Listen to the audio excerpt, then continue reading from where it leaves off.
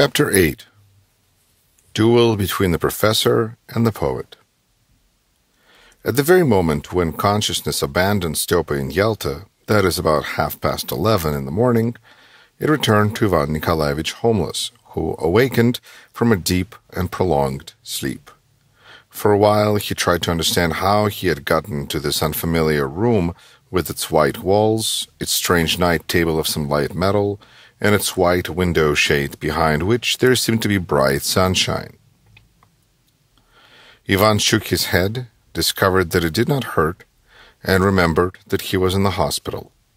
This thought brought with it the memory of Berlioz's death, but now it did not cause him violent shock. The long rest calmed Ivan, and he began to think more clearly. He remained motionless for a time on the immaculately clean, soft, and comfortable spring bed. Then he saw the bell button near him. From his old habit of touching things without need, Ivan pressed it. He waited for a ring or someone's appearance, but something altogether different took place.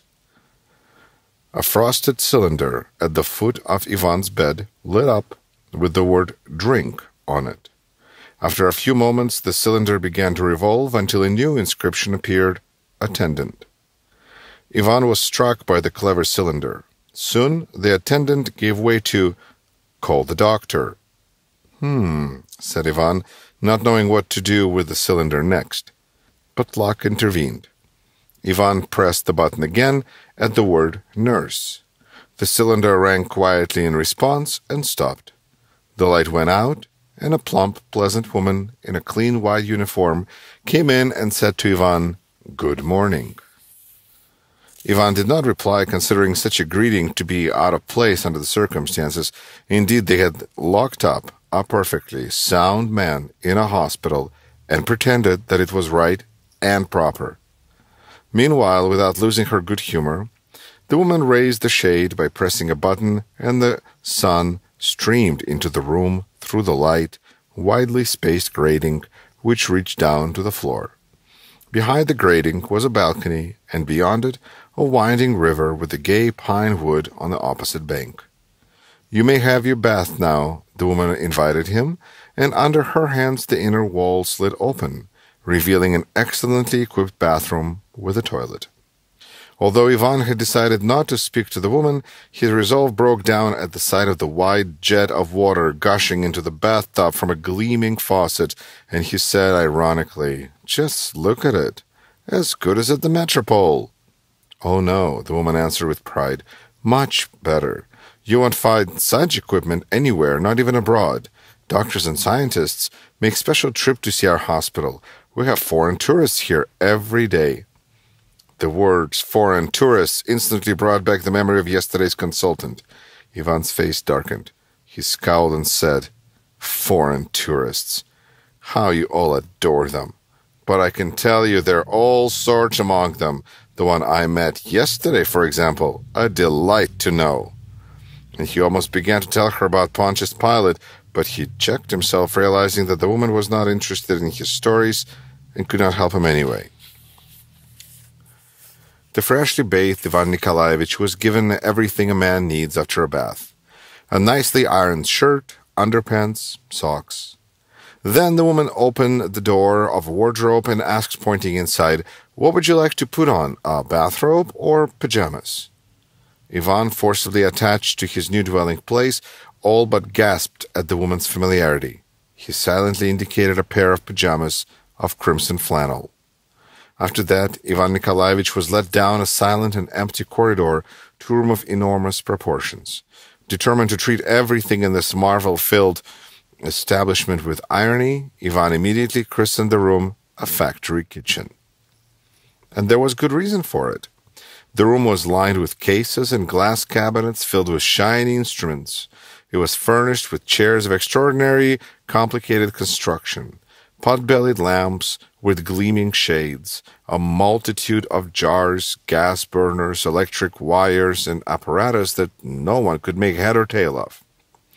3 persons, 2 women and 1 man, all of them in white, busied themselves with Ivan. To begin with, they led him to a small table in the corner with the obvious aim of getting information out of him. Ivan began to assess the situation. He had three alternatives. The first and most tempting one was to throw himself upon all these lamps and intricate devices and smash them all to hell, thus showing his protest against being detained without reason. However, today's Ivan differed considerably from yesterday's, and the first alternative seemed to be of doubtful value. Those people might really become convinced that he was a violent madman. Hence, Ivan rejected this line of action. The second alternative was to launch at once into the story about the consultant and Pontius Pilate, but yesterday's experience showed that people either did not believe the story or else placed a peculiarly distorted interpretation on it. Consequently, Ivan rejected this choice as well, deciding on a third alternative. He would withdraw into proud silence. However, he did not succeed in carrying out this decision to the full. Willy-nilly, he was obliged to answer a number of questions, if only briefly and morosely. And Ivan was questioned about absolutely everything in his past life, even including the scarlet fever he had 15 years before.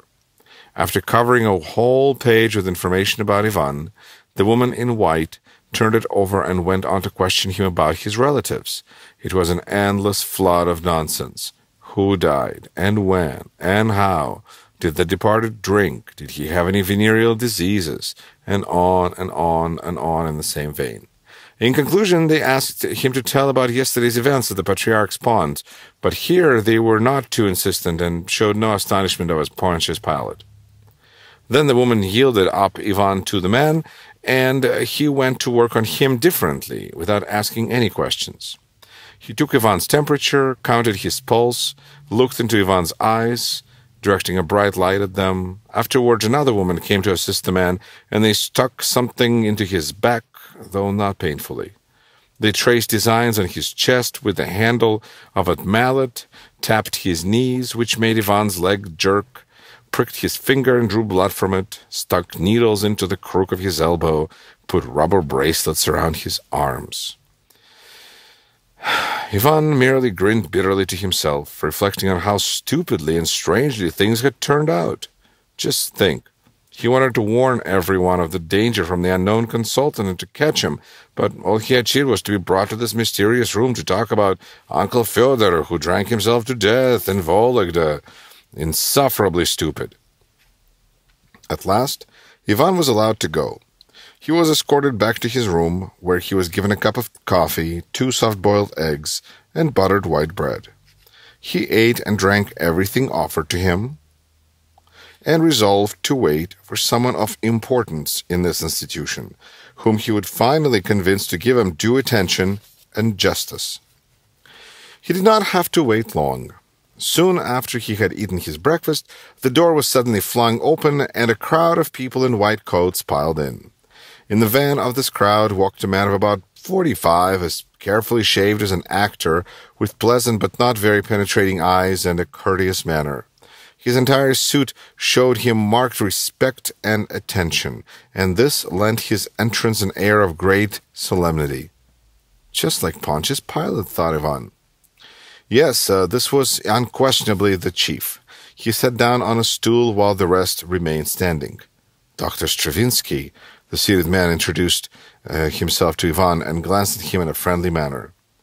Here, Alexander Nikolaevich, someone with a small, neatly trimmed beard said in a low voice, handing the chief the paper on Ivan, covered with writings on both sides. They've cooked up a whole case, thought Ivan, and the chief ran through the sheet with a practiced eye, muttered, and exchanged a few phrases with his retinue in a little-known language. Speaks Latin, too, just like Pilate, Ivan thought sadly. At this point, one word made him start. It was schizophrenia. A word, alas, spoken but yesterday by the accursed foreigner at the Patriarch's Ponds, and now repeated here by Professor Stravinsky. He knew this too, Ivan thought anxiously. The chief had evidently made it a rule to agree with everything and to rejoice in everything his companion said to him, and to express this with the words, "Fine, fine, fine," said Stravinsky, returning the sheet to someone and turned to Ivan. "You are a poet?" "A poet," Ivan answered gloomily, and for the first time suddenly felt an inexplicable aversion to poetry. His own verses, which he recalled at the moment, seemed most unpleasant now. Wrinkling his face, he asked Stravinsky in turn, "You are a professor?" Stravinsky nodded politely. "And you're the chief here," continued Ivan. Stravinsky nodded again. "I must speak to you," Ivan Nikolaevich said significantly. "That's what I came for," replied Stravinsky. "The point is this," began Ivan, feeling that his hour had come. "They've rigged me out here as a madman, and no one wants to listen to me." "Oh, no, we shall listen to you with utmost attention," Stravinsky said earnestly and reassuringly, "and we shall certainly allow no one to rig you out as a madman." "Well, listen to me then. Last evening, I met a mysterious individual at the Patriarch's Ponds, perhaps a foreigner, or perhaps not. He knew beforehand that Berlioz would die, and he had personally seen Pontius Pilate." The group listened to the poet silently without moving. "Pilate? The Pilate who lived at the time of Jesus Christ?" Stravinsky asked, narrowing his eyes at Ivan. "That's the one." "Ah," said Stravinsky, "and this Berlioz died under a streetcar?" "Exactly. He was killed by a streetcar last night at the Patriarch's Ponds in my presence and this mysterious citizen." "The acquaintance of Pontius Pilate?" asked Stravinsky, obviously a man with a quick mind. "Yes, the same one," confirmed Ivan, studying Stravinsky. "Well, then, he said beforehand that Anushka had spilled the sunflower oil, and this was exactly the spot where he slipped. What do you think of that?" Ivan inquired significantly, expecting his words to produce an effect. But the effect did not follow, and Stravinsky simply asked him the next question. "And who is this Anushka?" The question somewhat unsettled Ivan, and his face twitched. "Anushka is absolutely irrelevant here," he said, becoming nervous. "The devil knows who she is, some fool from Sadovaya. The important thing, as you see, is that he knew about the sunflower oil in advance. Do you understand me?" "I understand very well," Stravinsky answered seriously, and touching the poet's knee, he added, "Don't get upset. Continue, please." "I will continue," said Ivan, trying to strike the same tone and knowing from bitter experience that only a calm approach could help him. "Well, then, this dreadful character, and he is lying about being a consultant, possesses extraordinary powers. For example, you chase him, but you can never catch up with him. And he has a pair of cronies, gems of their own kind, a stingy type with broken glasses, and a tomcat of incredible size, who travels in streetcars by himself." Besides, Ivan, uninterrupted by anyone, spoke with increasing heat and persuasiveness. "He was personally on Pontius Pilate's balcony. That is beyond all doubt. And how can such things be allowed? He must be arrested immediately, or he will work untold disasters." "And you are trying to get him arrested? Do I understand you correctly?" asked Stravinsky. "He is clever," thought Ivan. "One must admit that even among intellectuals there are sometimes highly intelligent men. This cannot be denied." And he answered, "Exactly. What else can you do? Think for yourself. And yet, they forcibly detain me here. They shine lamps into my eyes. They bathe me and ask idiotic questions about Uncle Fedya, who's been dead for years. I demand to be released at once." "Certainly, that's fine, fine," replied Stravinsky. "Now everything is cleared up. Indeed, what sense is there in keeping a healthy man in a hospital? Very well.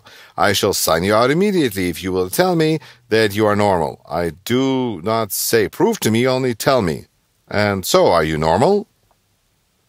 There was total silence, and the plump woman who attended to Ivan that morning looked at the professor with adoring eyes. Ivan thought again. Positively clever. He liked the professor's offer immensely. However, before replying, he thought it over carefully. Wrinkling his forehead after a while, he said firmly, "I am normal." "Fine!" Stravinsky exclaimed with relief. "And if so, let us talk things over logically. Let us consider your experiences the other day." He turned, and someone instantly handed him Ivan's information sheet. In attempting to find the stranger who introduced himself to you as an acquaintance of Pontius Pilate, you did the following things. Stravinsky began to bend one long finger after another, glancing now at the paper and now at Ivan. You hung an icon on your chest, right? Right, Ivan agreed gloomily. You fell off a fence and bruised your face, yes? You made an appearance at the restaurant with a lighted candle in your hand, dressed only in underwear, and beat someone up. You were brought here with your hands tied. Here you telephoned the militia and asked them to send out machine guns. Then you try to throw yourself out of the window, right? Let me ask you, is it possible by pursuing such a course of action to catch or arrest anyone?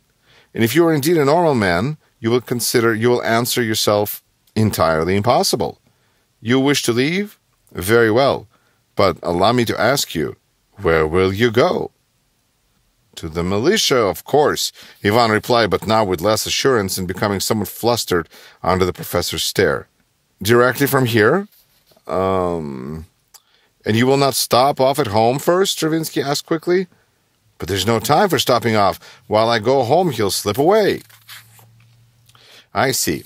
And what will you tell the militia to begin with? Well, I'll tell them about Pontius Pilate, answered Ivan Nikolaevich, and his eyes darkened. Fine, cried Stravinsky, entirely won over. And turning to the man with the goatee, he ordered, Fyodor Vasilievich, please sign out Citizen Homeless. He may go back to town, but keep his room open, and there is no need to change the bedding. Citizen Homeless will be back here inside 2 hours. Well, he turned to the poet, I shall not wish you success, but I do not have an iota of confidence in your success. See you soon. He rose, and his retinue stirred to follow. Retinue. Why do you say I will be back? Ivan asked anxiously.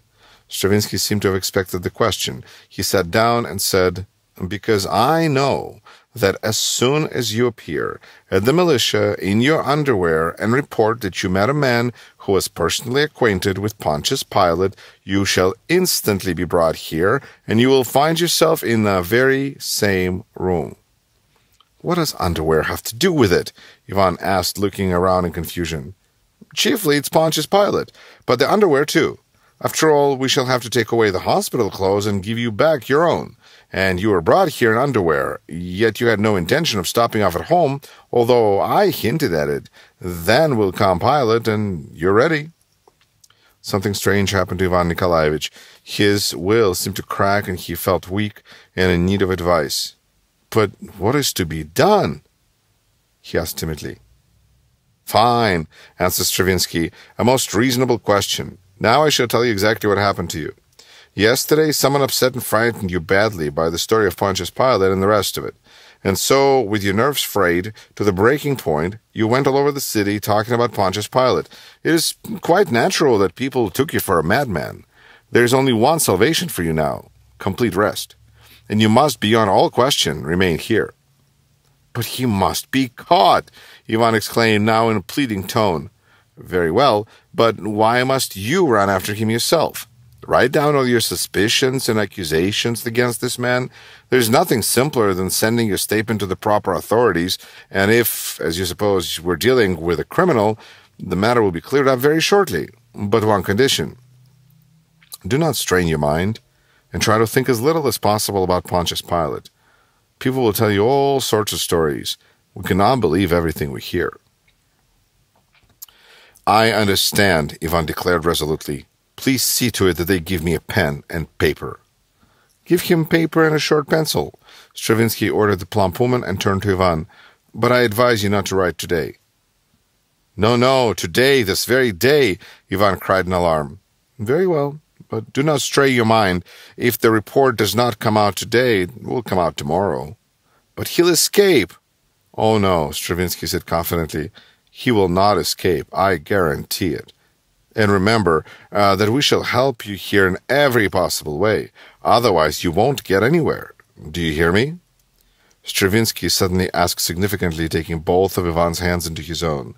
Holding them, he stared hard into Ivan's eyes for a long time, repeating, You shall be helped here. Do you hear me? You shall be helped here. You shall be relieved. It is quiet here. Everything is peaceful. You shall be helped here. Ivan Nikolaevich yawned suddenly, and his expression softened. Yes, yes, he said quietly. Fine, Stravinsky concluded his conversation with his usual comment and rose. Goodbye.